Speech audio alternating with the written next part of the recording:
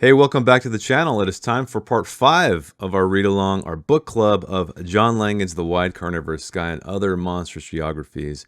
And today, we are talking about the story called The Shallows. So let us bring up the writing, as I like to do, to show you some notes that I took or highlights that I've taken.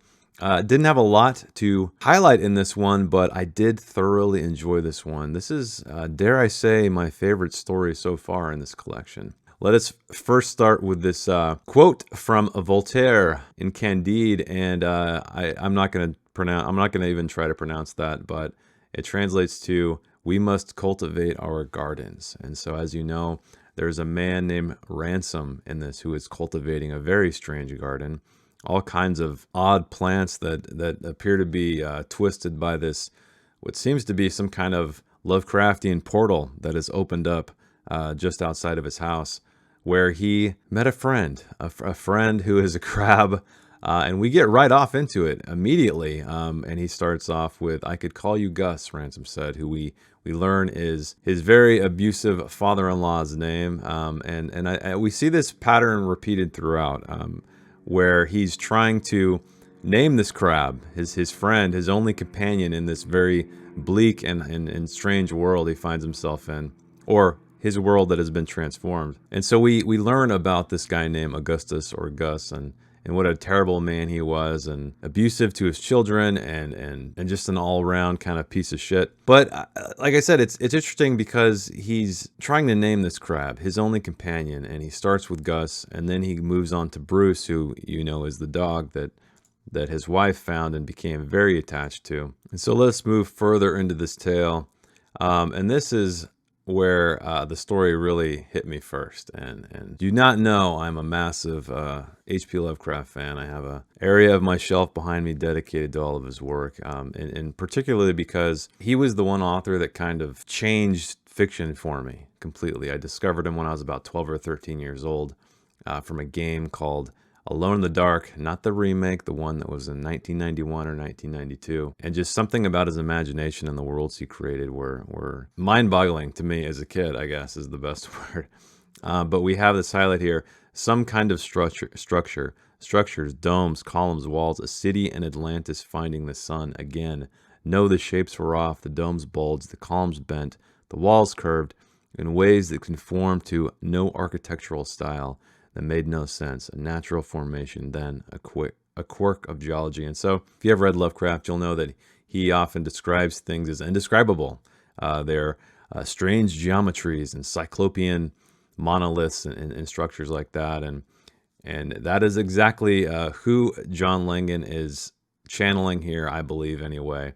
Which is also channeled by another man named Jeff Vandermeer with his series, the Southern Reach Trilogy, which is another one of those series or novels, or series of novels that actually stayed with me for a long time. It's by far one of my favorites that I've ever read, and it's kind of ironic that it had a very similar effect on me as Lovecraft did, even though he's clearly borrowing from Lovecraft, but he took it in a much more personal, a much more human route, and that is what John Langan is doing here.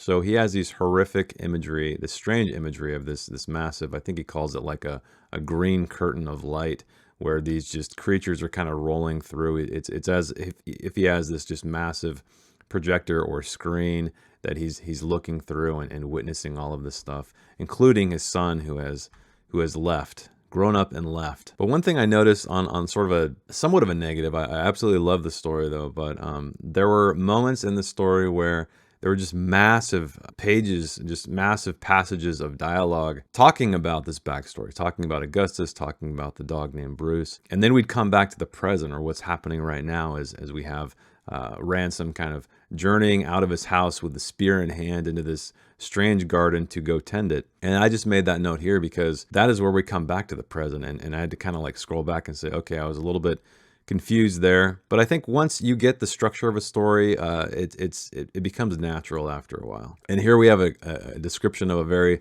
Lovecraftian creature. Given the thing's appearance, the tumult of coils wreathing its head, the scales shimmering on its arms, its legs, the wings that unfolded into great translucent fans, whose edges were not quite in focus. Its speed was hardly the most obvious detail on which to focus. But for Ransom, the dearth of time between the first hint of the thing's shadow on the doors and its leaving off the ground on a hurricane blast of its wings confirmed the extent to which the world had changed. And so he's kind of using all of this as a metaphor for his life, I guess, his crumbling life, the things he's lost, his wife he's lost, his son he's lost into this thing, which we know the very final line is a very strange one that evokes his son, and I'll get to that in a bit. I just made this highlight here because I know John Langan does this quite often, and this is more of the writer side of me, not so much the reader, but and I've tried to do this. I've seen Stephen King do it as well. And it's just a great way to pull verbs out of the air that aren't actual verbs. It's like you take a noun or something and then you change it into a verb, and it just creates such vivid imagery for me and allows you to expand your language when you're writing. And so I'll just read the sentence really quick. Somewhere beyond his ability to guesstimate,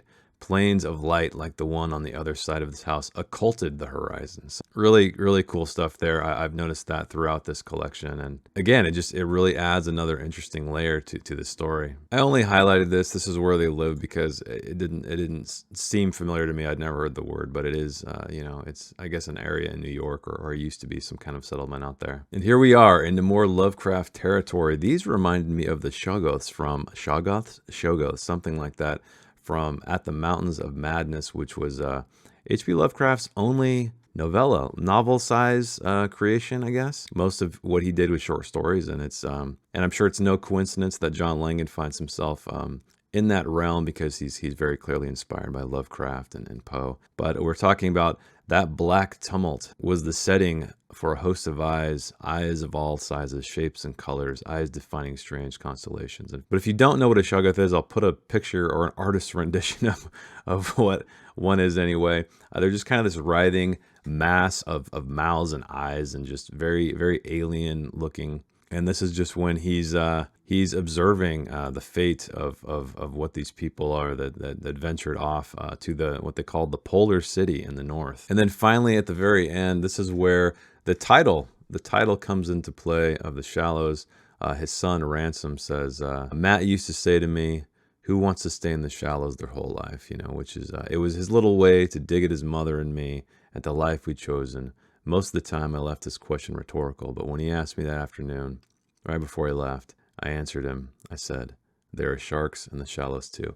And I love this aspect too because right after that, he says he didn't know what to make of that, and neither did I. And I think that too is what John Langan is leaving us with, something to think about, something to ponder. And again, I just love the parallels of telling a very human story, right? We learn the story about Ransom, his wife Heather, his son Matt, how he lost his wife to some sickness. And just when his wife was finding some kind of companionship, something to hold on to with a dog named Bruce, or Noble, I guess more accurately, that was taken away from her too. And that seemed to be something that was really turning her life in the right direction, at least psychologically. Something to help her cope with losing her life. And then the final sentence, is it one sentence? It is one sentence. At the top of the garden, dangling from the boughs of the apple trees there, the fruit that had ripened into a score, two of red replicas of Matt's face, his eyes squeezed shut, his mouth stretched in a scream of unbearable pain,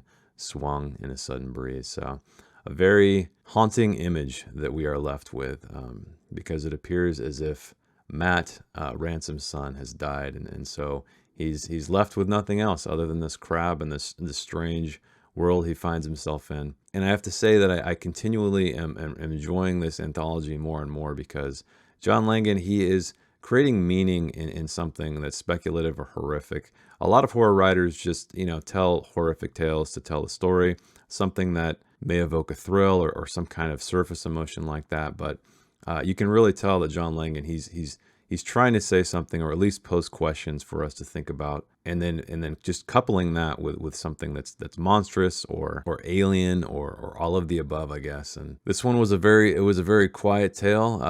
None of it was really explained other than just things started happening and we were taken through this strange journey through his garden and his past, and really understood sort of the pain that Ransom was suffering. And I really, really enjoyed this one. Like I said, I think it's my favorite one so far. It's the one that's had the most depth for me, and obviously coupled with the fact that it's very Lovecraftian inspired.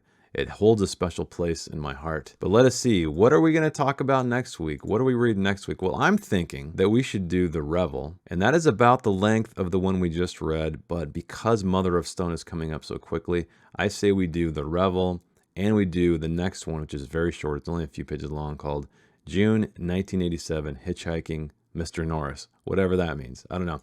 But let me know, what did you think of the story? Did you get anything out of that final line about there are sharks in the shallows too? What did you extrapolate from that throughout the story, and how did it make you feel? How did this story make you feel? Do you have any kind of background in Lovecraft? Did this story stir up the same kind of emotions you experience when you're reading Lovecraft? I'd love to hear it in the comments. Always, you can continue the conversation as well in the Discord. It is completely free to join. The link is in the description. And like the video so more people can find it. I really like the format of this. I think that it doesn't matter if you're reading this in real time with us. If someone discovers this years down the road, they can go story by story and hear my thoughts, and even, you know, hopefully I'm still around, contribute to the conversation. So it's kind of a cool time capsule rather than it being like a review where it's just a one-off and I give you my thoughts. We're kind of digging a little bit deeper into the text and story by story. And I think it'll be fun to do a novel like this.